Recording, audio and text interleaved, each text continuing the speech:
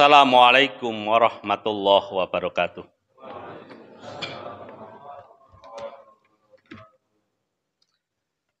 Linal hamdalillah nahmaduhu wa nasta'inuhu wa nastaghfiruh wa na'udzu billahi min sururi anfusina wa min sayyiati a'malina may yahdihillahu fala mudhillalah wa may yudlilhu fala hadiyalah. Asyhadu an la ilaha illallah wa asyhadu anna Muhammadan abduhu wa rasuluh. Allahumma sholli wa sallim wa barik wa ala alihi wa ashabi ajmain. Rabbi shrah li sadri wa yassir li amri wahlul 'uqdatam min lisani yafqahul qawli, amma ba'du. Jamaah tarawih rahimakumullah. Alhamdulillah, puji syukur pantas untuk kita panjatkan kehadirat Allah Subhanahu wa taala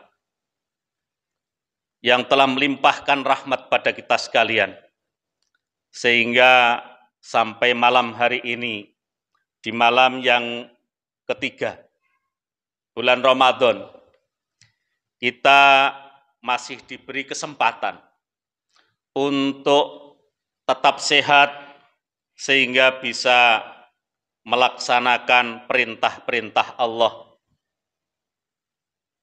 Subhanahu wa ta'ala.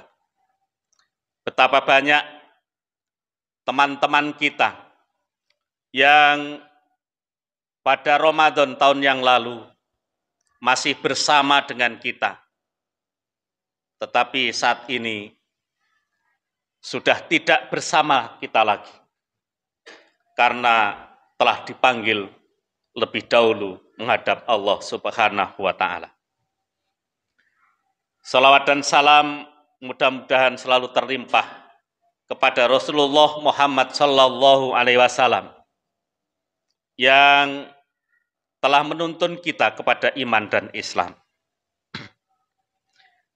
Jamaah salat tarawih rahimakumullah, dalam menapai hidup di dunia ini tentu cobaan, tantangan maupun halangan yang terkadang tervisual dengan munculnya perasaan sedih, perasaan galau, perasaan senang, bahagia.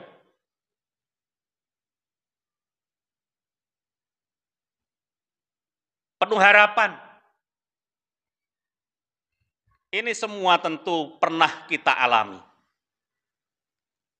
Tidak ada satu manusia pun yang hidup tanpa mengalami posisi sedih ataupun bahagia. Di mana ada kesedihan, kelak nanti akan ada kebahagiaan. Di mana ada kesulitan, kelak akan ada kemudahan. Sebagaimana firman Allah dalam Al-Quran, Inna ma'al usri yusra. Sesungguhnya sesudah ada kesulitan, itu ada kemudahan. Lalu modal apa yang harus kita miliki agar kita benar-benar menjadi pribadi yang siap dalam menapai kehidupan dunia yang fana ini? Allah Subhanahu wa ta'ala melalui Rasulullah Muhammad sallallahu alaihi wasallam telah memberikan semacam guideline agar kita benar-benar tidak salah langkah dalam menapai kehidupan dunia, ini. Guideline yang saya maksud adalah sabar dan sholat. Sabar dan sholat adalah dua hal penting kunci menggapai bahagia dunia dan akhirat. Bagi hamba Allah yang sedang dalam perjalanan menapaki panas dan kerasnya kehidupan di dunia ini. Bahkan Allah Subhanahu wa taala menyebut sabar dan sholat adalah sabar dan sholat ini dua kali dalam ayat yang sama. Ini bukti bagaimana dua hal ini bisa menjadi panduan kita untuk menapaki kehidupan di dunia. Wasta'inu bis-sabri was-sholat wa innaha lakabiratun illa 'alal khoshiin. Jadikanlah sabar dan sholat sebagai penolongmu, dan sesungguhnya yang demikian itu sungguh berat kecuali bagi orang-orang yang khusyuk. Quran surat Al-Baqarah ayat yang ke-45. Kemudian di ayat yang lain, tetap di surat Al-Baqarah ayat yang ke-153, Allah juga berfirman, Ya ayyuhalladzina amanu sta'inu bis-sabri was-sholat innallaha ma'as-sabirin. Hai orang-orang yang beriman, jadikanlah sabar dan sholat sebagai penolongmu. Sesungguhnya Allah bersama orang-orang yang sabar. Ma'asyiral muslimin, jamaah sholat tarawih rahimakumullah. Dua ayat di atas menjadi bukti konkret bahwa sabar dan sholat adalah guidance utama seorang mukmin dalam menapaki kehidupan dunia ini. Sabar sebagai bukti metafisik kita kepada Allah Subhanahu wa taala bahwa semua yang terjadi ini adalah ketetapan Allah dan kita sebagai hambanya hanya perlu bersabar menunggu ketetapan Allah yang selanjutnya, entah itu berupa kebaikan ataupun keburukan. Karena sejatinya kita milik Allah dan hanya kepadanya lah kita kembali. Sedangkan sholat adalah bukti empirik kita kepada Allah Subhanahu wa taala bahwa apapun yang terjadi di dunia ini, baik itu kebahagiaan ataupun kesukaran, kita tidak pernah melupakan kewajiban kita untuk mengingat Allah Subhanahu wa taala. Selain posisi sabar dan sholat sebagai dua hal penting dalam menapaki hidup, sabar dan sholat juga memiliki dua fungsi utama. Yang pertama, sabar adalah kunci keberhasilan.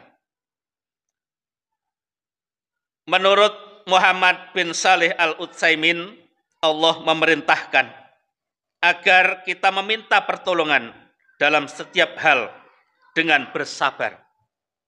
Seorang hamba jika bersabar dan menunggu keberhasilan yang Allah berikan, maka niscaya masalah yang dihadapinya akan menjadi ringan.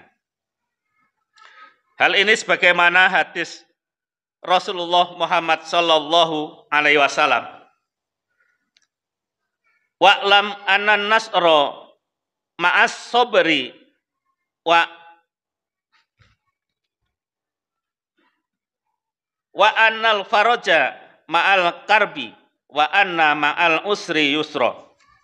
Dan ketahuilah sesungguhnya kemenangan itu beriringan dengan kesabaran. Jalan keluar beriringan dengan kesukaran, dan sesudah kesulitan itu akan datang kemudahan. Hadis riwayat Ahmad.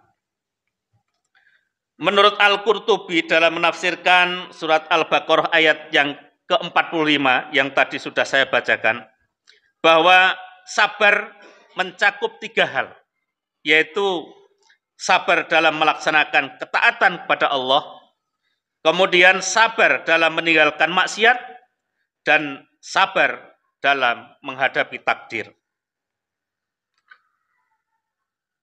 Ma'asyiral muslimin jamaah salat tarawih yang dirahmati oleh Allah.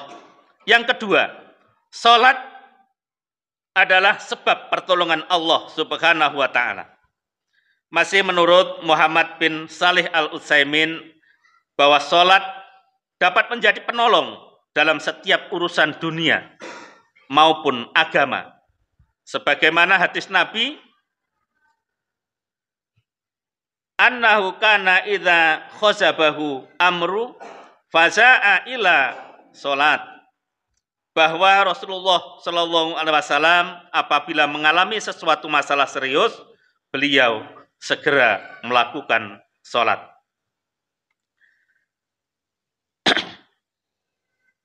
Salat merupakan benteng jitu menghalau perbuatan buruk, perbuatan keji dan mungkar. Salat merupakan hubungan transendental antara hamba dengan Allah Subhanahu wa taala.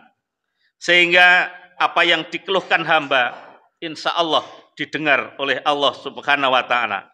Dan disitulah Allah akan menurunkan pertolongannya.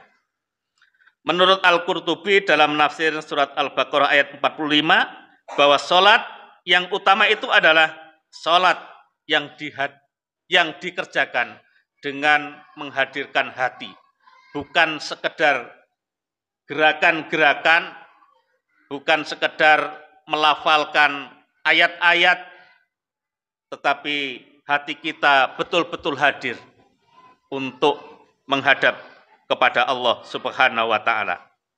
Semoga sabar dan salat ini bisa menjadi kekuatan, bisa menjadi motivasi kita untuk menapai kehidupan dunia ini sesuai dengan arahan dari Allah dan Rasulullah Muhammad Sallallahu Alaihi Wasallam. Mudah-mudahan dengan sabar dan salat, apa yang menjadi penghalang, apa yang menjadi problem, apa yang menjadi permasalahan kita, Allah akan memberikan jalan keluar. Dan dengan sabar dan salat, insya Allah apa yang kita inginkan oleh Allah akan dikabulkan. Mudah-mudahan. Saya kira itu yang bisa saya sampaikan pada kesempatan kali ini. Kurang dan lebihnya mohon maaf. Nasrum minallah fatun qorib. Wassalamualaikum warahmatullahi wabarakatuh.